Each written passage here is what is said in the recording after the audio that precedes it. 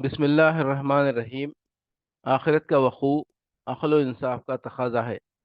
फ़हरिस्त मौज़ूआत तफ़हीमुल कुरान जिल्द 4 सफ़ा 175 सूरह सबा आयत 5। लियजज़ियल्लज़ीना आमनू व अमिलुस्सालिहाति उलाइका लहुम मग़फ़िरतुम व रिज़्क़ुन करीम वल्लज़ीना सअव फ़ी आयातिना मुआजिज़ीना उलाइका लहुम अज़ाबुम मिन रिज़्क़िन अलीम। और ये क़यामत इसलिए आएगी कि जज़ा दे अल्लाह उन लोगों को जो ईमान लाए हैं और नेक अमल करते रहे हैं, उनके लिए मग़फ़िरत है और रिज़्क़ करीम। और जिन लोगों ने हमारी आयत को नीचा दिखाने के लिए ज़ोर लगाया है, उनके लिए बदतरीन किस्म का दर्दनाक अज़ाब है। और जिन लोगों ने हमारी आयत को नीचा दिखाने के लिए ज़ोर लगाया है, उनके लिए बदतरीन किस्म का दर्दनाक अज़ाब है। ऊपर आखिरत के इम्कान की दलील थी और ये उसके वजूब की दलील है। मतलब यह है कि ऐसा वक्त ज़रूर आना ही चाहिए जब ज़ालिमों को उनके जुल्म का और सालिहों को उनकी नेकी का बदला दिया जाए। अक़ल ये चाहती है और इंसाफ ये तकाज़ा करता है कि जो नेकी करे उसे इनाम मिले और जो बदी करे वो सज़ा पाए। अब अगर तुम देखते हो कि दुनिया की मौजूदा ज़िंदगी में न हर बद को उसकी बदी का और न हर नेक को उसकी नेकी का पूरा बदला मिलता है, बल्कि बसा औक़ात बदी और नेकी के उल्टे नताइज भी निकल आते हैं, तो तुम्हें तस्लीम करना चाहिए कि अक़ल और इंसाफ का ये लाज़मी तकाज़ा किसी वक्त ज़रूर पूरा होना चाहिए। क़यामत और आखिरत उसी वक्त का नाम है। उसका आना नहीं बल्कि ना आना अक़ल के खिलाफ और इंसाफ से बईद है। आखिरत का वक़ू अक़ल व इंसाफ का तकाज़ा है। फ़हरिस्त मौज़ूआत तफ़हीमुल कुरान जिल्द 4 सफ़ा 465 466 सूरह हामीम सजदा आयत 46-47। औज़ुबिल्लाहि मिनश्शैतानिर्रजीम बिस्मिल्लाहिर्रहमानिर्रहीम। मन अमिल सालिहन फलिनफ्सिही व मन असाअ फ़अलैहा वमा रब्बुका बिज़ल्लामिल लिल-अबीद इलैहि युरद्दु इल्मुस्साअ।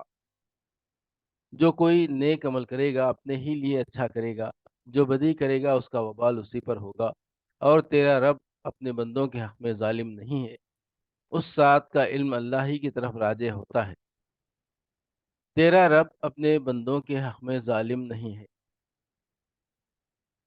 यानी तेरा रब कभी ये जुल्म नहीं कर सकता कि नेक इंसान की नेकी ज़ाहिर कर दे और बदी करने वालों को उनकी बदी का बदला न दे। उस सात उस सात से मुराद क़यामत है, यानी वो घड़ी जब बदी करने वालों को उनकी बदी का बदला दिया जाएगा और उन नेक इंसानों की दाद रसी की जाएगी जिनके साथ बदी की गई है। उस सात का इल्म अल्लाह ही की तरफ राजे होता है, यानी अल्लाह के सिवा कोई नहीं जानता कि वो घड़ी कब आएगी।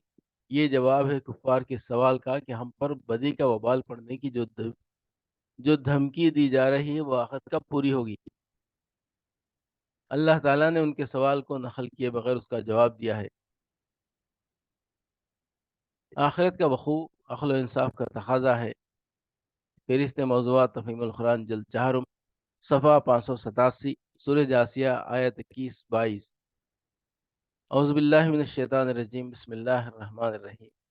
अम हसिबल्लज़ीना इज्तरहुस्सय्यिआति अन नजअलहुम कल्लज़ीना आमनू व अमिलुस्सालिहात सवाअम महयाहुम व ममातुहुम साअ मा यहकुमून। व खलक़ल्लाहुस्समावाति वल अर्ज़ बिल हक़्क़ि व लितुज्ज़ा कुल्लु नफ्सिम बिमा कसबत व हुम ला युज़लमून। क्या वो लोग जिन्होंने बुराइयों का इर्तिकाब किया है ये समझे बैठे हैं कि हम उन्हें और ईमान लाने वालों और नेक अमल करने वालों को एक जैसा कर देंगे कि उनका जीना और मरना एकसा हो जाए। बहुत बुरे हुक्म हैं जो ये लोग लगाते हैं। अल्लाह ने तो आसमानों और ज़मीन को बरहक पैदा किया है और इसलिए किया है कि हर मुतनफ़िस को उसकी कमाई का बदला दिया जाए। लोगों पर जुल्म हरगिज़ न किया जाएगा। बहुत बुरे हुक्म हैं जो ये लोग लगाते हैं। ये आखिरत के बरहक होने पर अखलाकी इस्तिदलाल है। अखलाक में खैर व शर और अमाल में नेकी व बदी के फ़र्क का लाजमी तकाजा ये है कि अच्छे और बुरे लोगों का अंजाम यकसा न हो, बल्कि अच्छों को उनकी अच्छाई का अच्छा बदला मिले और बुरे अपनी बुराई का बुरा बदला पाएं। ये बात अगर ना हो और नेकी बदी का नतीजा एक ही जैसा हो, तो सिरे से अखलाक में खूबी और ज़श्ती की तमीज़ ही बेमानी हो जाती है और खुदा पर बेइंसाफ़ी का इल्ज़ाम आयद होता है। जो लोग दुनिया में बदी की राह चलते हैं वो तो ज़रूर ये चाहते हैं कि कोई जज़ा व सज़ा न हो, کیونکہ یہ تصور ہی ان کے عیش کو منغص کر دینے والا ہے۔ لیکن خداوند عالم کی حکمت اور اس کے عدل سے یہ بات بالکل بعید ہے کہ وہ نیک و بد سے ایک جیسا معاملہ کرے اور کچھ نہ دیکھے کہ مومن صالح نے دنیا میں کس طرح زندگی بسر کی ہے اور کافر و فاسق یہاں کیا گل کھلاتا رہا ہے۔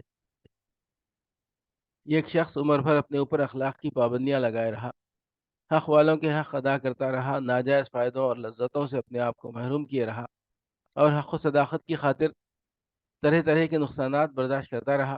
دوسرے شخص نے اپنی خواہشات ہر ممکن طریقے سے پوری کی، نہ خدا کا حق پہچانا اور نہ بندوں کے حقوق پر دست درازی کرنے سے باز آیا۔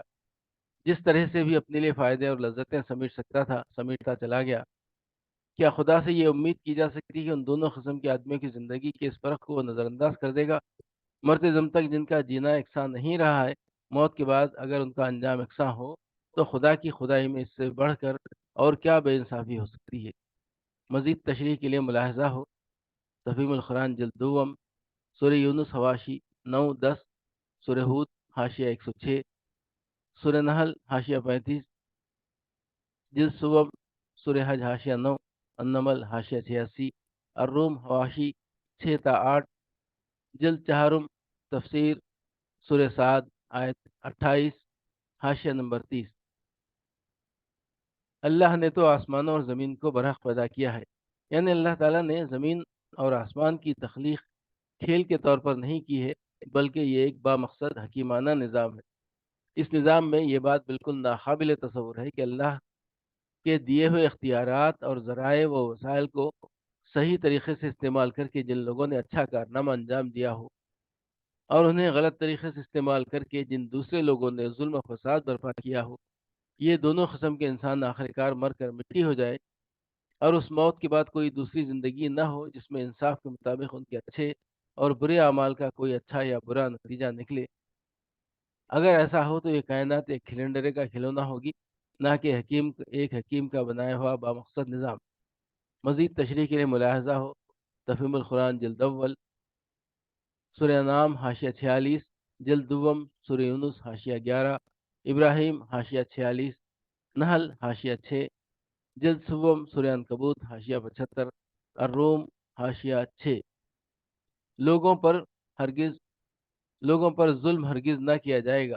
اس سیاق و سباق میں اس فقرے کا صاف مطلب یہ ہے کہ اگر نیک انسانوں کو ان کی نیکی کا اجر نہ ملے اور ظالموں کو ان کے ظلم کی سزا نہ دی جائے اور مظلوموں کی کبھی داد رسی نہ ہو تو یہ ظلم ہوگا۔